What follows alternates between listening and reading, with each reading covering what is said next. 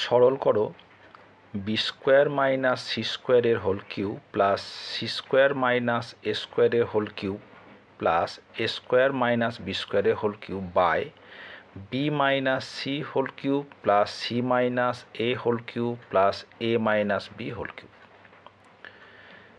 এখন দেখো, এই অঙ্কটা করতে যাওয়ার আগে আমরা একটা ফর্মুলার কথা আলোচনা করি যে X plus Y plus Z equals to 0 হলে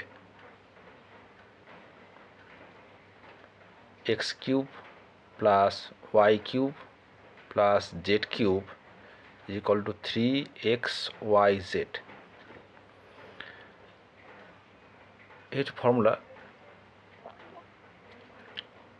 এটার আসল যে ফর্মুলা সেটা হচ্ছে X cube plus Y cube plus Z cube minus 3xyz equals to X plus Y plus Z into X square plus Y square plus Z square minus X Y minus Y Z minus Z X. তাহলে যদি X plus Y plus Z equal to 0 হয়ে যায় তাহলে কী হলো, right hand পার্টটা 0 হয়ে যাচ্ছে। তাহলে X cube plus Y cube plus Z cube minus 3xyz equal to 0, অতএব X cube plus Y cube plus Z cube equal to 3xyz, যেটা আমরা আগে লিখেছি। আসল ফর্মুলা এটা, এখান থেকে আমরা এটাকে ডিডিউস করতে পারি। এবার আমাদের মূল অঙ্কে আসি। এখানে লক্ষ্য করে দেখো যে B square minus C square plus C square minus A square plus A square minus B square equals to 0। তাহলে যদি আমরা এটাকে যদি এক্স ভাবি, এটাকে ওয়াই ভাবি, জেড ভাবি, তাহলে X plus Y plus Z equal to 0। তাহলে X cube plus Y cube plus Z cube কী যাবে, ইকুয়ালস টু 3xyz। অতএব আমরা লিখতে পারি যে বি স্কোয়ার মাইনাস সি স্কোয়ারের whole cube plus C square minus A স্কোয়ারের whole cube plus A square minus B স্কোয়ারের whole cube equals to 3 B square minus C square minus A square minus B square.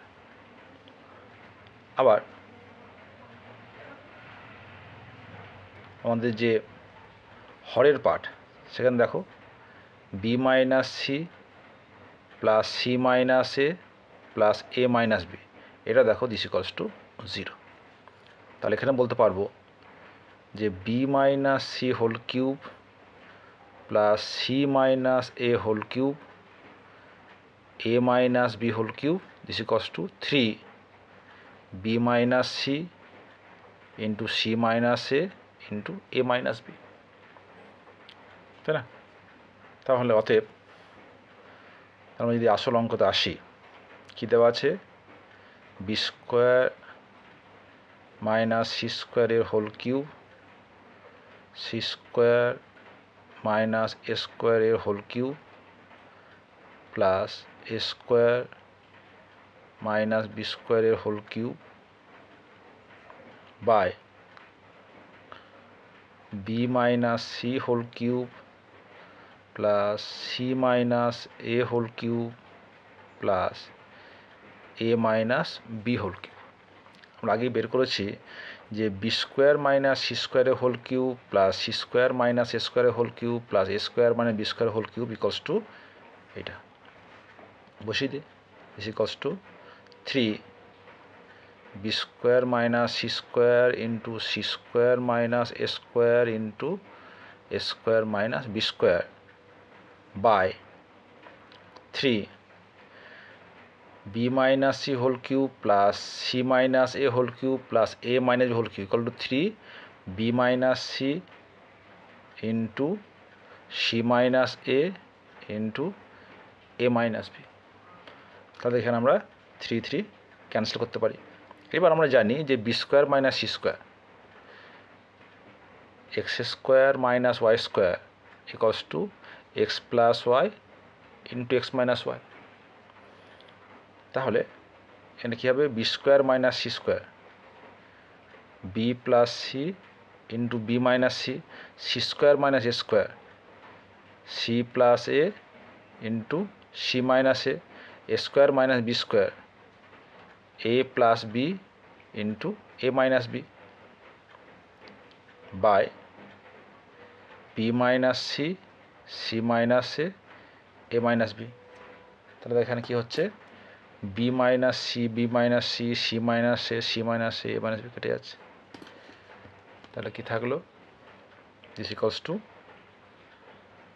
B plus C into C plus A into A plus B. এটা আমরা সাজিয়ে লিখতে পারি যে A plus B into B plus C into C plus A, এটা জানছে।